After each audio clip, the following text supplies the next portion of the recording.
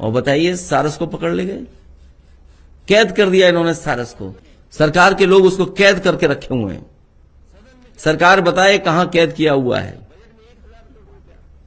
Jail में कर दिया, जेल। अगर सरकार सारस को छीन रही है तो सरकार को उनसे भी मोर छीन लेना चाहिए जो मोर को दाना खिला रहे थे। क्या सरकार की हिम्मत है वहां पहुंच जाने की? किसी अधिकारी की क्या हिम्मत है वहां जाए और मोर को ले आए वहां से? ये केवल इसलिए किया सरकार ने क्योंकि सारस से और सारस को पालने वाले आरिफ से मैं मिल करके आ गया। साथ ही साथ हमारे आरिफ बैठे हैं, इनको कौन नहीं जानता।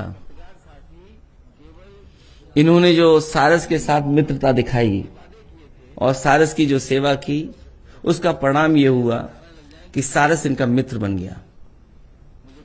ये कम देखने को मिला होगा कि एक सारस किसी आदमी के साथ ऐसा रहने लगे और उसका व्यवहार बदल जाए। और स्वाभाविक है कि इन्होंने सेवा की उसकी। और उस समय जब वो चोटिल था, चोट लगी थी उसको, टांग टूट गई थी, सारस की सेवा की, साथ साथ मित्रता हुई। और ये तो स्टडी का सब्जेक्ट है कि सारस कैसे इनके पास रह गया, रुक गया, ठहर गया। क्योंकि सारस के बारे में बहुत सारी कहानियां हैं, बहुत सारी जानकारियां हैं।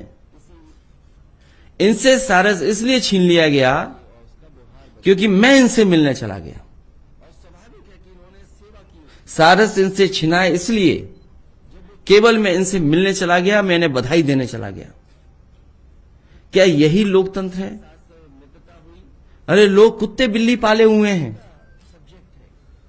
मुझे याद है किसी ने बिल्लियां पाली थी और संख्या बढ़ गई, वो पड़ोसियों के घर चली गई थी।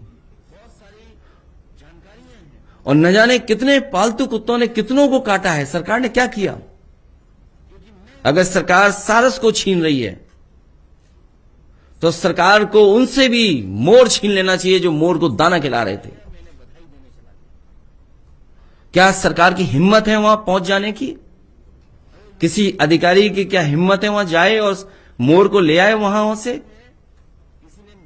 ये केवल इसलिए किया सरकार ने क्योंकि सारस से और सारस को पालने वाले आरिफ से मैं मिल करके आ गया। मुझे याद है कानपुर में जब समाजवादी पार्टी के विधायक से मैं मिलने गया, सरकार ने उसका ट्रांसफर कर दिया। आजम खान साहब या उनका परिवार इसलिए तकलीफ परेशानी में है क्योंकि वो समाजवादी है।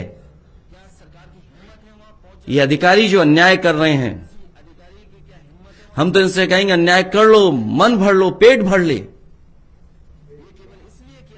लेकिन जो ये आप काम कर रहे हो इसका क्या संदेश जा रहा है? मुझे याद है अधिकारियों ने इटावा से सारस संरक्षण के लिए एक वो बना रहे थे रिसर्च सेंटर, उसको भी छीना इन्होंने। ये न केवल आम लोगों के दुश्मन हैं, किसानों के दुश्मन हैं, ये पेड़ पंछियों के भी दुश्मन हैं। अभी जो कार्यक्रम हुआ था इन्वेस्टमेंट मीट, इन्होंने पेड़ नहीं लगाया, पेड़ों को काटा छाटा, पेड़ उड़ा करके फेंक दिए। जो गमले लगाए वो सूख गए, चोरी हो गए और बीजेपी के लोग ही चोरी कर ले गए। ये जितने गमले चोरी हुए सब बीजेपी के लोग चोरी करके ले गए। ये सारस का संरक्षण केंद्र बन रहा था इटावा में, वो छीन लिया। सारस मित्र बनाए जाते थे, उनका मानदेय छीन लिया।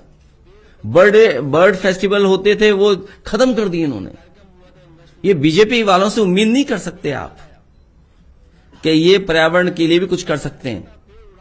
अखबारों में पढ़ रहा हूं कि जल स्तर नीचे चला गया लखनऊ का। गोमती में न जाने कितने नाले गंदे गिर रहे हैं। ये गोमती का मैं आज भी कहता हूं, मैंने कई मौकों पर कहा कि यही मॉडल है अंतोगत्वा, आपको यही मॉडल फॉलो करना पड़ेगा। गंगा एक्शन प्लान 1, 2 या बाद में कहीं भी किसी देश में गया है बता दो हमें। और याद कीजिए जब गेहूं की खरीद हो रही थी, मैंने कहा था अपने पत्रकार साथी और हमारे यहां से लगातार प्रेस नोट जाती थी, ये प्राइवेट कंपनियों को गेहूं खरीदवा रहे हैं इसलिए क्योंकि कल इन्हें मुनाफा लेना है। आप बताओ किसान का गेहूं किस कीमत खरीदा गया था और आज आटा आप बाजार में खरीद रहे हो, किस कीमत खरीद रहे हो? ये मुनाफा किसकी जेब में जा रहा है? ये जो रिफाइंड तेल का मुनाफा किसकी जेब में जा रहा है? ये दूध महंगा हो गया, किसकी जेब में जा रहा है?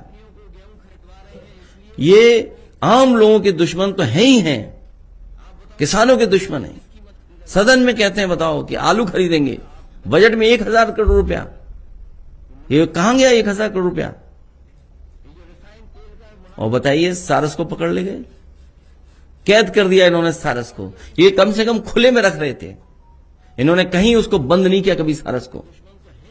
सरकार के लोग उसको कैद करके रखे हुए हैं, सरकार बताए कहां कैद किया हुआ है। जेल में कर दिया, जेल में भेज दिया। इसीलिए मैं प्रकाश साथी से कह रहा था कि तुमने जो बोल दिया, जब ये पंछी को नहीं छोड़ रहे हैं, हमें तुम्हें भी नहीं छोड़ेंगे, जेल में डाल देंगे हम सबको।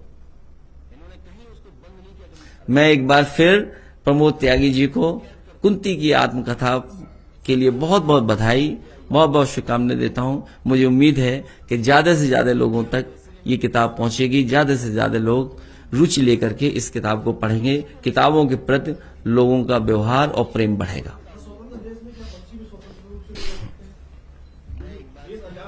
जो लोग डेमोक्रेसी की बात कर रहे हैं वो अनडेमोक्रेटिक हैं। जो कॉन्स्टिट्यूशन को खत्म करने के लिए काम कर, एक एक कदम इनका कॉन्स्टिट्यूशन को खत्म करने के लिए है। योगी सरकार का 1 साल पूरा हो रहा है, योगी सरकार पार्ट 2 का। अरे जो लोग सारस को कैद कर दें उनके लिए क्या 1 साल है? और आपने सदन में नहीं देखा, सदन में नहीं देखा आपने क्या कहा उन्होंने?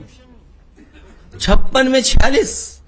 अरे जो मुख्यमंत्री सदन में झूठ बोलता हो, योगी होके झूठ बोलते हो, संत होके झूठ बोलते हो, उनसे क्या उम्मीद करोगे कि वो सारस को खुला छोड़ देंगे? जिन्होंने अपने कार्यक्रम को इन्वेस्टमेंट मीट करने के लिए न जाने कितने पेड़ काट डाले हों। और आप लोग हिसाब किताब लगाइए, जब से ये सरकार आई है 150 करोड़ पेड़ लगा चुके हैं ये, 150 करोड़ के लगभग। और मुझे याद है मैंने सदन में भी कहा, मैं फिर दोहराता हूं आपके सामने, मैंने जब 1000 एकड़ में पेड़ लगवाए, मैंने फॉरेस्ट के अधिकारियों से पूछा कि 1000 एकड़ में कितने पेड़ आप लगाओगे, तो उन्होंने 1 लाख, मुझे एग्जैक्ट नंबर नहीं याद है, 1,36,000 पेड़ लगाए थे उन्होंने। और आखिरी पेड़ 2 मैंने और नेताजी ने लगाए थे वहां पर। अगर 1000 एकड़ में 1,36,000 पेड़ लगते हैं तो बताओ 150 करोड़ पेड़ लगा चुके हैं। ये 150 करोड़ के लिए जमीन कहां है? इससे बड़ा झूठ और क्या हो सकता है? और ये बात अगर आपको गलत लग रही हो, आप जाइए इटावा में लाइन सफारी के सामने 1000 एकड़ में 1,36,000 के लगभग पेड़ लगाए गए थे, और ये तो 150 करोड़ लगा चुके हैं। और 1 साल की ये बात कर रहे हैं। आप लोग भी पत्रकार साथी उन्हीं के रास्ते पे चलने लगते हो। आज कितने साल हो गए सरकार को, ये बताइए? 6 साल हो गए ना। ये बताएं 6 साल का हिसाब किताब क्या है?